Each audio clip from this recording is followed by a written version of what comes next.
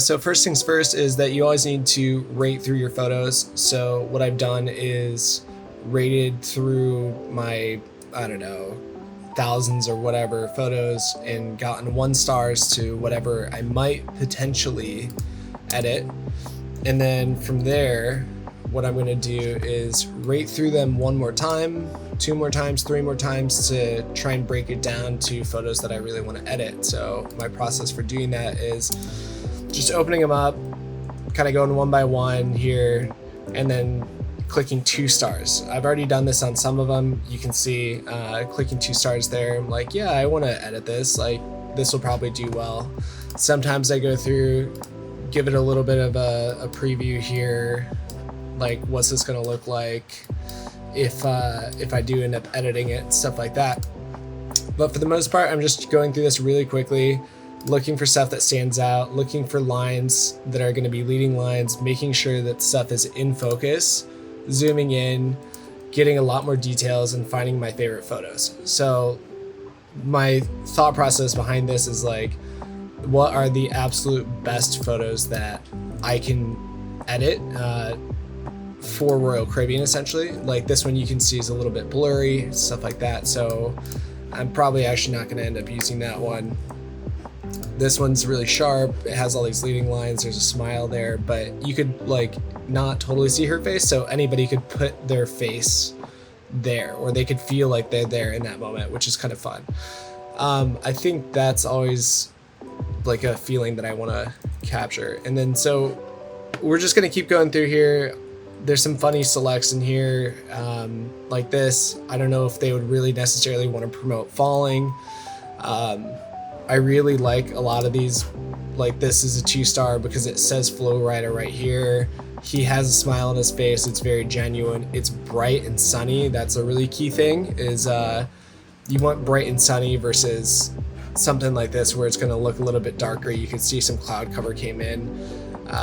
Jordan right here, another one, super smiley and happy. It's also highlighting the slides behind him. So it's just some thought process like that for me when I'm selecting these. This is a good photo, but the people behind him are a little bit distracting. This is good. I would have to Photoshop out this arm, some stuff like that. This one is much better because there's no distractions behind him. He looks focused. It's a little bit more intense. This person's here in the background, but it's not super distracting. I think that's just kind of an important thing. Let's just keep going through here. And this is kind of funny. One of the goals that we had was to focus on the lime and coconut, this outside 2-story bar on the deck for Royal Caribbean. But this guy's like checking Taylor out here. Her eyes are completely open. Her eyes are closed. It looks real, but it's just not top notch. Same thing here. Like, it's just distracting. It's like, at first glance, like, this looks great with Taylor, this looks great with the bar, but the overall scene with everyone, I don't know if this is a really great usable photo. I saved it as a 2-star just in case if I want to come back and like just throw a quick edit on it, give it to Royal Caribbean, something like that. It's kind of like a bonus photo, but I wouldn't necessarily pick this out and be like, hey, this is one of my favorite photos from this whole trip. Just keep going.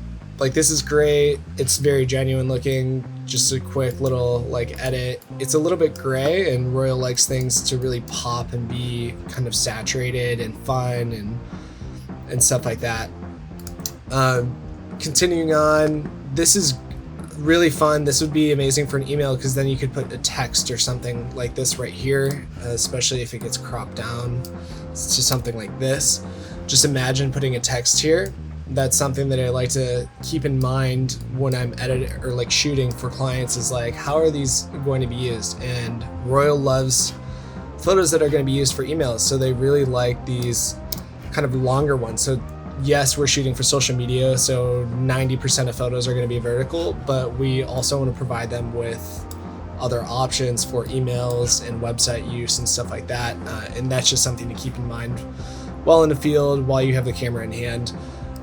They might not necessarily use this though, because their hair is all over the place, but what you could do as a brand is kind of use this as a play on words, like I can't wait to feel the wind in my hair again, like while cruising, or something like that. Like it could have a funny thing because it's very relatable. It makes it less perfect, and then that way the social media team or the marketing team can really like relate to people, because this was the first cruise back from the US, so it's like can't wait to cruise again, like with the wind in my sails. I don't know, something like that. It's really creative. You can go with that. I really like these Flow Rider photos of Taylor, just because it's more relatable. She has this really ecstatic face. It's bright and sunny and fun here. She's also not standing, which a lot of people, they're like, oh, I want to stand right away. It's like really intense. But I think that you really get this focus on her face then versus maybe not balancing or something like that. So I think that this is like really important to point out, is like you don't have to be doing the most intense thing for it to be a great photo. And I think that this is a lot more relatable. Something I also love in this series of photos right here is that you can see in her face, like she's excited, like what's going on. It also has the word Flow Rider in the background here. So when I'm selecting these, I'm like, oh, this could be a great email. How I'm framing this photo is trying to have the focus here, but also the Flow Rider subconsciously in the background. So mainly I think right in this series right here is what would be great for like an email or something like that, and how that would end up getting cropped, I would assume would be something like this with some text like in this area over here. But I just need to give Royal Caribbean that flexibility for their team who handles their emails, like space to do that. But my job as a photographer is to provide those options and to just get really clean, nice photos that's sharp, and capturing those genuine fun moments. And I think that I absolutely did that here, and I'm really ecstatic about these photos. Something to keep in mind when I was selecting these is like we don't want it to be too posy, so like a direct smile shot of like here or something like that is probably not ideal. Something like this of Taylor is probably not good because it has too much butt. In Hawaii, we have bikinis that I guess would be scandalous compared to other places in the world, but Royal Caribbean is like a family-oriented brand, so you don't want to show that as much. So I like this photo. It shows the slide. It's great focus. She's smiling, but as far as the brand goes, it's just not going to be used. And then you just flip over to this on the other side. It's not showing her butt. It's smiling, it's sunny, it's the same thing. It's less distracting with slides or another like worker in the background with a mask on. So this is probably something that I would like much rather use, or the brand would probably much rather like have and use than the butt photo. Just something to keep in mind. Yeah, I think this is a really good point to point out, like look at the difference between sunshine and overcast. It seriously, it could be 20 seconds or a minute, really differentiating like a good photo from a bad photo. Because these photos, the composition's great. It just, they're dark and they're kind of depressing looking just because of the color. So you can overexpose a little bit to try and recover for that. But yeah, just look at when there's more light. It's just so much better. But here's a really interesting photo that I did. I took this of T. Martin, Trevor, and it's really difficult to time something like this in the slides. So I just took one here, and then I took a second motion blur, like template photo essentially. And what I might do is go into Photoshop and either overlay these photos, or I might just completely like Photoshop that same motion and use this as a template to make it look like he's flying through the slide with a lot of motion.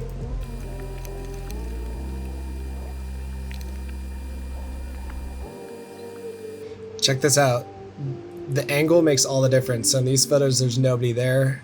We turn it and boom, there's everyone. So I think this is just a lesson in when you're shooting, you can always make it look secluded or luxurious, but you turn it and then you've got a bunch of people there. So choose your angle wisely.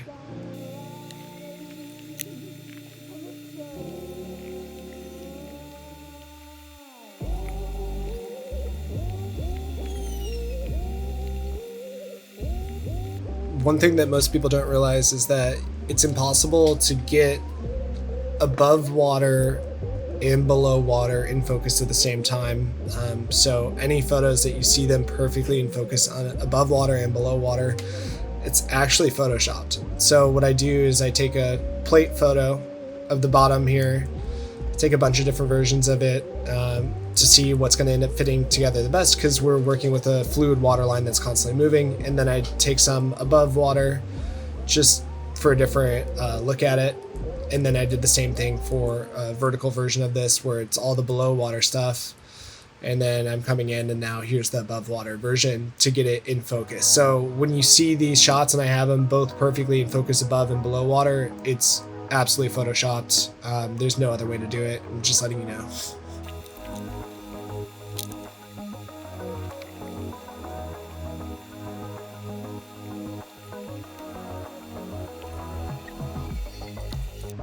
All right, so I've broken everything down from 1 star to 2 stars, and now this is where things start to get really difficult, is narrowing this down even more so from 676 top selected rated photos into 50 photos or 100 photos that I need to actually edit for the brand. And this is where I always have a really hard time because I want to edit them all. I feel like I have a personal connection to them, stuff like that. But I need to look at it a little bit more logically and say, okay, what does the brand need? What do I think like they would really want to go for? What are the best ones in here that they can use for multiple things? If it's easy to edit multiples at the same time, then I'll just end up editing like a bunch of these all at the same time together and giving the brand all of these images, just because it doesn't take that much time. It's not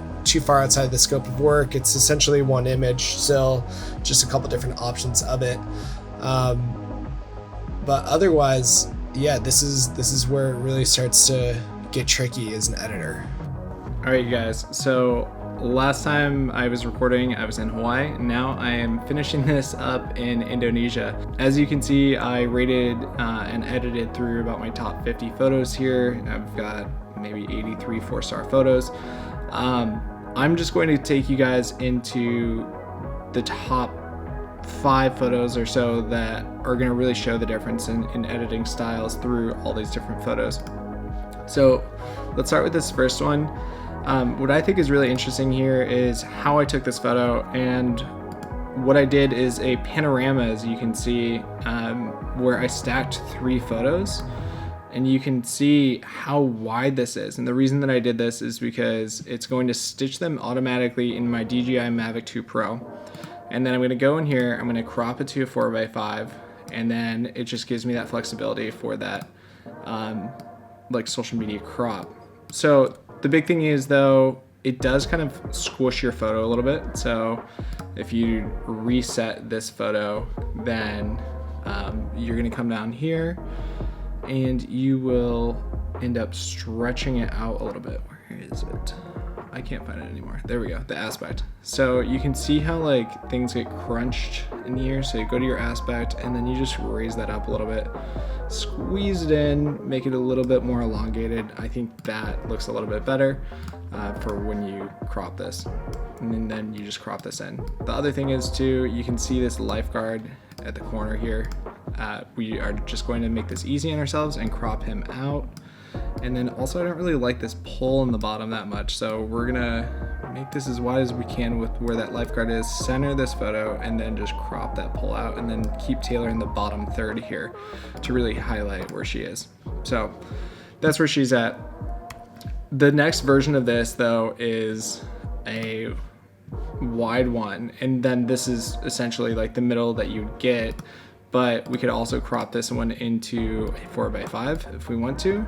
But it's just, you can tell the difference between what you'd shoot in a single frame versus what you'd get with that elongated kind of like stretch with the 3 photo panorama, which I'll go over at a later date to try and explain that. But anyway, Whichever one of these is better for social media, in my opinion, is going to be this one, just because it shows all the floating villas more. That's what we're trying to highlight for Royal Caribbean, and so that is the photo that I'm going to pick to edit. Let's make this as big as we can without getting that lifeguard in there.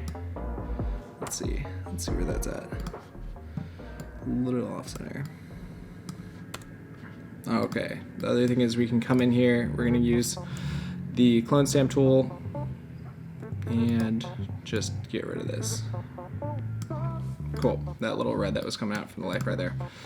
All right, first things first, I like to start with auto. I know that's random, but it just gives you kind of a baseline of where the computer and the program wants you to be, and then just kind of adjusting from there. I'm gonna make this a little bit more blue, and I'm also going to wash it out, which means brighten it a little bit like too much, and not let the darks get too black, because one of our goals was to make the floating bungalows look luxurious. And a tool to make something like look luxurious is to kind of blow it out a little bit, and that's what I'm doing. So the other thing I'm doing is dropping the clarity, dropping the haze. So the haze makes it a little bit more like white like this, so I'm just gonna do that.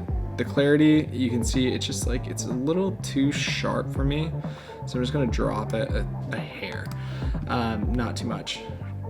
Upping the vibrance, upping the saturation. I'm gonna go to this S curve here, bring up the midtones and highlights, drop the shadows a little bit, raise my black point to give it that like kind of flat, like less intense feel. Going to drop my exposure by pressing minus, and that looks pretty good there. So let's come on down here to the hues, the purple. You can tell in the water and in the shadows that there's like a weird purple sometimes. Like you can tell right here in Taylor's shadow that purple likes to appear in your shadows. So does the dark blue. So we're gonna adjust that purple and just make it a little bit more blue. We're also going to end up just desaturating that a little bit. Desaturating this dark blue a little bit. And that looks pretty good, except for the water over here. This water is like a yellow green, and that's not very appealing. So what we're gonna do is we're gonna just get the paintbrush tool, go down here, take away this feather a little bit, and then we're just gonna paint this area. Let's show where we're painting in at. So I'm gonna use the side brackets that are next to the letter P, and that's to make your brush larger or smaller. Sorry, I don't really know the exact name for that, but it's next to the key P, at least on a Mac it is, and then making that larger or smaller. Just gonna keep. Cool. Let's drop this, check out where this is at. And my tool, my little tool that I have here with this paintbrush is a really fun trick. You can come down here and you can pick the color, and you can literally make this whatever color you want, which is pretty insane. So I'm gonna make it this kind of like turquoise blue, but I'm not gonna make it too crazy. Let's see here. I want it to be more on the left side, and then I'm gonna adjust this a little bit. So let's keep adjusting for the left side, and then I'll decrease the intensity on the other side.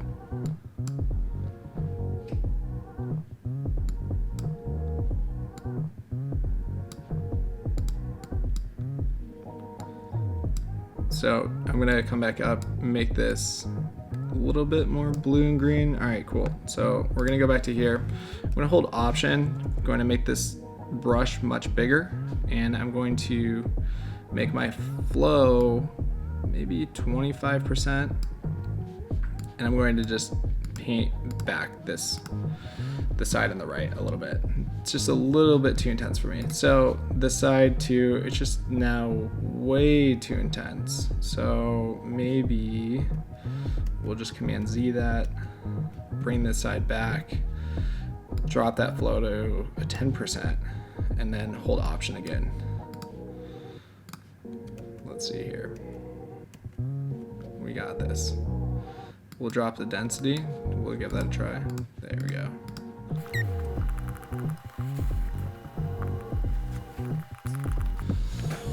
All right, so that painting looks fairly even on both sides, so we are going to be good to go, except for this one little part in the bottom right corner. Just looks a little too intense for me, so we're just gonna paint that out. Otherwise, this is looking pretty good to me. Let's move on to the next one. All right, so this is Trev and Chels, and they are an awesome couple that we are also on the trip with. Just gonna start by straightening out this horizon line. You can see the lines that I'm using to be straight with are these right here in that grid. So you just bring that up by bringing in the crop tool and exiting out of that. So first things first, start with this auto. They look pretty like yellowish to me, so we're actually gonna bring in some blue, make your white balance a little bit more blue, and add some contrast. Let's add a little bit of exposure. The white still doesn't look quite right, so we're just gonna keep toying with this color before we kind of move on with anything else. One thing, like I said earlier, in that purple, that likes to get stuck in the shadows. Same with this blue, so the dark blue in the shadows right there, we're gonna just desaturate that a little bit. Desaturate that. So if you look in the top right corner or top left corner right here, look at that blue go. So shadows like to hold blue in them, just letting you know. But the thing is that you lose blue in his shorts there, so you need to have like a nice balance. Also with the skin tones, you can sometimes lose purple in skin tones, so that's another thing to be aware of if you're adjusting those a lot. So this red, you can see in them, they're a little bit sunburned, so we're gonna just make that a little bit more orange. We're gonna drop the luminance in the orange as well, and then that way it makes them a little bit more tan. And up the saturation a smidge. Cool. That's looking pretty good. Let's add a little bit of purple though, and also just a little bit of vibrance and saturation, because Royal Caribbean likes to have pretty saturated photos if you look at their social media feed or on their website and stuff like that. So let's brighten this up a little bit. Same thing, like working on these skin tones here, making them a little bit more tan. And the last thing that we're going to do is paint the water. So one thing that you can do is make your flow 100% again now, give it a little bit more of a feather, put it right at the edge, and then hold shift. And then it's going to create a straight line. So let's show you that one more time. This density, let's make that 100. Oops. Delete it, start again. Right here, hold shift, and just draw straight across. It's just gonna make a straight line for you. And then we're just gonna fill in the rest of the water down here, make sure it's all completely covered. Looks like we might have painted a little bit too much, so I'm just gonna drop that feather, make that right at the edge of the dock. There we go. And sweet, that's looking pretty good. So one more time, I'm gonna start with the color here, and you're just gonna pick your color. It's pretty easy. You can seriously make this water the craziest blue you've ever seen in your life, but we're gonna keep it relatively realistic because it was super blue in water, but drones like to make things a little bit more green or purple. It's just what happens with the DJI drones. I don't know why, but it's a thing. Gonna come back up here and make my white balance a little bit more blue. Brighten this. Let's drop the contrast. Drop the clarity, dehaze, make it a little bit brighter. You can see a little bit of green is popping through here, so we're just gonna come in and paint this a little bit more aggressively right at this edge, just so it doesn't look like it's kind of fake in there at all. But for the most part, that's looking pretty good to me. Let's probably make this blue a little bit less intense, just make it a little bit more realistic. Yeah, there we go. I like that a lot. But this photo is looking pretty solid to me. So I did the same thing in the next photo, and I'm just going to show you how I painted in around this, around the floating bungalow. Same thing, I just held shift all the way around. And then here's the before and after of this other one that I had already edited. So But yeah, it's looking pretty good to me. All right, let's take this back to a couple others. So here's a before and after this. Let's reset it.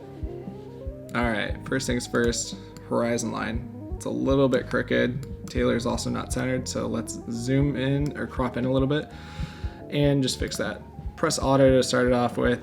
It is showing that I am going over in the highlights essentially if it's going to be making it really bright like that. Or sorry, if it's going to auto and go dark like that, it's showing that I overexpose it a little bit, but I was trying to overexpose it while taking this, and that's okay because I'm trying to make this a little bit more like blown out and luxurious looking, like I said.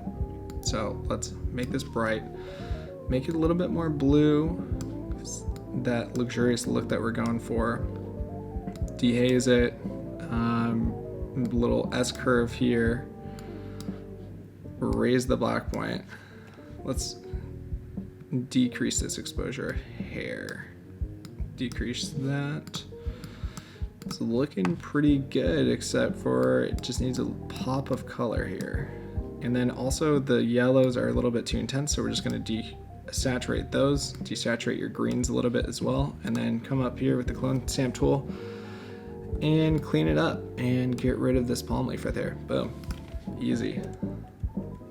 Luxurious photo. All right, I really like this example as well for a luxurious photo. We're gonna reset this and fix the horizon line right here. We're gonna start off by getting rid of some of the gunk that is just staying on the deck. I don't know if it's bird poop or what it is, honestly, but we're just gonna adjust that, fix that. It's an easy fix. Bring it in. Cool, and then auto it. It's not quite where I want it to be, so I'm just gonna brighten this up, make it a little bit more dreamy looking, raise the blacks up, drop those highlights because you're losing a little bit of detail right here in this like seating area. I'm not quite sure what it's called. And then raise your contrast. And then what I'm gonna do is use a straight linear filter and just raise this light a little bit because I think this is a little bit dark. And then same thing with the sky. The sky, for some reason to me, in this top right corner, you can see is just a hair dark. So we're just gonna brighten this up and make this a little bit more luxurious looking. So coming down here, let's dehaze this a hair, drop the clarity a little bit, raise the whites, raise that a little bit more, and then just we're gonna saturate it with hair. And then let's drop our yellows again, because a luxurious thing again is kind of that washed out look, and a lot of times that's desaturating yellows. So here's the before and after. It's looking pretty good. This is another one of Trev and Shell's. This is kind of interesting because it's so backlit that it's like a really difficult photo to edit. So let's just start this process. We're gonna start off by that crop there. I really like the shadow of them looking at each other here. Start with that auto. Again, it just doesn't do it for you sometimes though, if you like, for a good starting point. So you can see my adjustments in raising the highlights and trying to get more detail out of them. So not doing that much though. You can see there's a heavy vignette though. So what I'm gonna do is come down and do the lens correction, and that usually helps remove that. They're feeling a little bit green to me. So let's come up here and actually make them a little bit more purple, because that's the opposite of that green tint. You can tell there's a lot of green tint in the water as well. So we're gonna come down here and try and adjust that right away. Make this a little bit more green, and then let's make these yellows a little bit more green too, actually. Cool. All right, the sky color is not looking super natural to me, so I'm gonna take a look at that next and be adjusting that. Let's make it a little bit more turquoise. That's a very much a Royal Caribbean vibe. And then I wanna bring a little bit more focus to these guys, so I'm gonna make a circular filter and just brighten them up. So raise the shadows, oops, invert that, so then that way it's on Trevor. switch that feather, brighten him up though.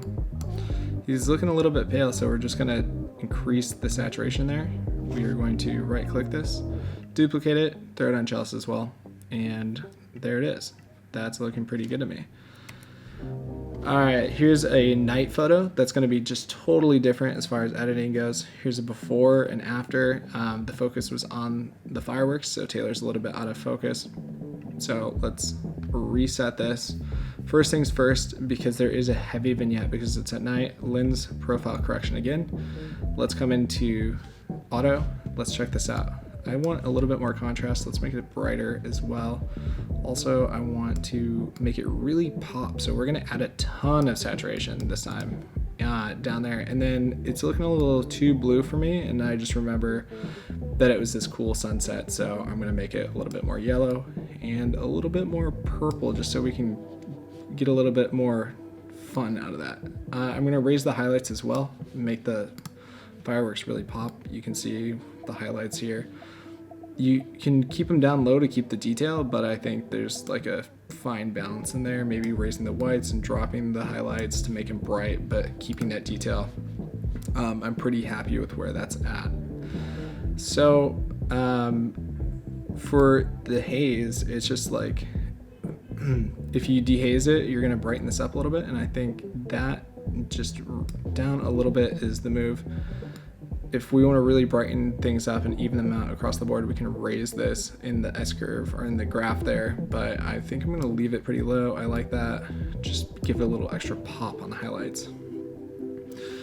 For the color, just the shadows in that blue again, switching the purple to blue. And then for sharpening, I'm going to come to noise reduction, because you can tell there's like a little bit of grain up here, and I like to do this kind of like bump across where it's like a little bit of noise, luminance, a decent amount of detail, and heavy contrast. I found that this across the board kind of works well for me. And then the last thing that I'm going to do is just come into here and fix some of these bubbles that were happening in the water. And just moving them all over the place. It's not that big of a deal. It's pretty quick and easy. I think that you should just take the extra couple minutes to do this in all your photos, and then that way you just clean them up a little bit more. So let's take a look at that. That is looking pretty good to me. There's like a couple of these bubbles still. All right, so here is the tough one. Here is the underwater one, the one that you've all been waiting for probably. So let's reset this, and what I'm going to start off by doing is fixing the horizon line. Auto, boom. Sky looks pretty great from there. So I'm gonna usually adjust for the sky here because it's gonna be a lot more difficult underwater wise. So we're adjusting for the sky. It's looking a little bit too blue, so I'm just gonna make it a little bit more yellow and purple, and that also is going to end up benefiting me underwater because that's going to give Taylor a more natural skin tone before I get into adjusting that too much. Let's give it this S-curve, and that purple, again, just make that blue. We're gonna make our dark blue a little bit darker and also a little bit more turquoise. There was some sand that was in my housing that I'm going to just get rid of really quick, and also there's a reflection sometimes in the underwater housing that happens just depending on the angle that the sun hits it, and I'm just going to get rid of the letters from my lens that actually end up reflecting in the photo. This is a super normal thing. It doesn't matter what housing you have, it's going to happen. The best way you can do it is honestly just take a Sharpie. It makes them a little bit more gray, unnoticeable. And or you can get like full like caps that go over your lenses, but I just don't have those, and honestly I think I would lose them. So here's honestly a bit of dirt from me being lazy and not cleaning my center properly, or maybe because we've been shooting outside so much, I don't know exactly, but there's dust in this top corner and I'm cleaning that up right now. So now that's all gone, so you can see the dust here before and after. Zooming out, cool. All right, let's work on this underwater portion now that that top is looking pretty decent there. this blue under here, let's make this aqua a little bit more blue and also brighten that up. That's looking a lot better. The yellow you're gonna start to see on her skin here. We're gonna make this green actually a little bit more yellow, and then this yellow is just going to get desaturated. There, cool. So you saw earlier how we painted in the water. We're gonna do the same thing, but for Taylor. The difference is that we're going to paint in only the areas that are dark on her, because the light areas are going to edit completely differently. So let's raise this feather a little bit and just paint her in.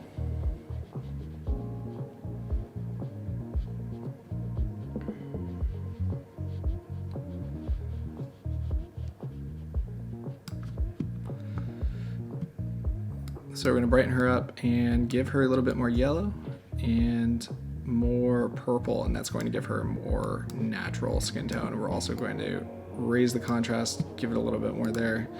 Some of these edges need to get refined, so I'll just come in here and either get rid of it or fix it, and then we will pull off from there. Now her skin tone's looking pretty good. One last thing I like to do is do a circular filter and then blow out the bottom. It just like gives it this nice kind of fun contrast in the water. It brightens things up a lot here. So let's check this out. So we will blow this out and add some contrast potentially, and that's looking pretty good. So boom, there we go. Maybe a little bit more yellow and some more purple in there. Decrease the exposure here. There's still a little bit of green on Taylor, so we're just going to go in and make sure she's totally painted in. Make her skin tone look a lot better. But yeah, for the most part, that's the gist. I know this video is pretty long, guys, but hopefully this is a really in-depth tutorial that can help you along the way. Please comment, and if you have any questions, like the video, subscribe. I'm going to be putting out a lot more of these videos, probably a little bit shorter in the future, but seriously, hopefully that helped you a lot.